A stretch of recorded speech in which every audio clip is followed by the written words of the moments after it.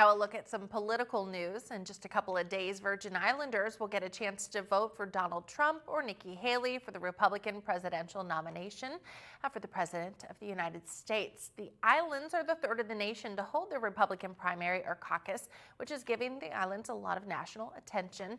Our OCTV correspondent Rachel Knapp reports.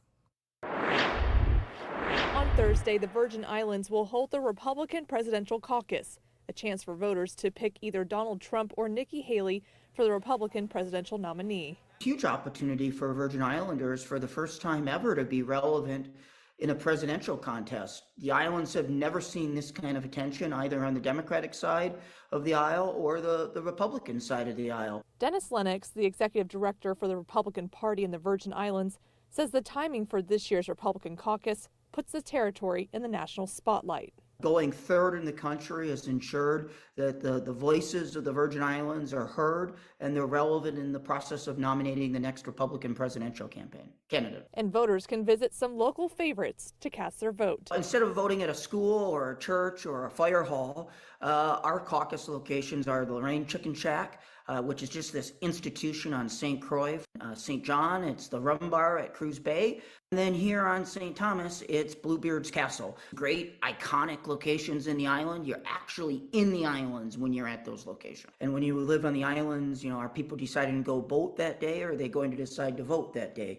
When it's 84 degrees and sunshine, it's hard to get somebody off the beach or off the boat to actually go stand in line and vote. We've tried to make it as easy as possible. Lennox isn't estimating what Thursday's turnout will look like, but adds both candidates have made a big effort trying to win over voters. Like the other 4 U.S. territories, we don't get to vote in the general election. So for Virgin Islanders, this is their one and only opportunity to make their voice heard in the 2024 presidential campaign. In Washington, D.C., Rachel Knapp reporting. Meantime, Nikki Haley spoke with Republican voters in the Virgin Islands on Monday, trying to earn their votes in the upcoming Republican presidential caucus later this week. In a virtual chat with Republican voters, Haley made the pitch to them as to why they should vote for her on Thursday.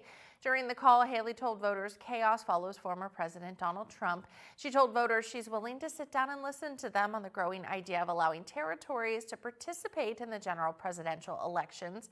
She also says filling those federal vacancies on the islands with conservative Republicans would be something she would work on if she earned their nomination. Haley, who is the former governor of South Carolina, told voters she wants to help secure America's border, help end the toxic political division in the country, and create better work and economic opportunities for all Americans. Wouldn't it be nice if we were patriotic again?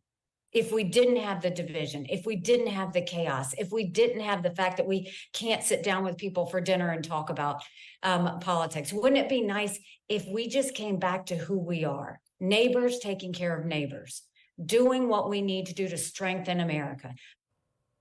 Haley lost to Donald Trump in both the Iowa caucus and the New Hampshire primary.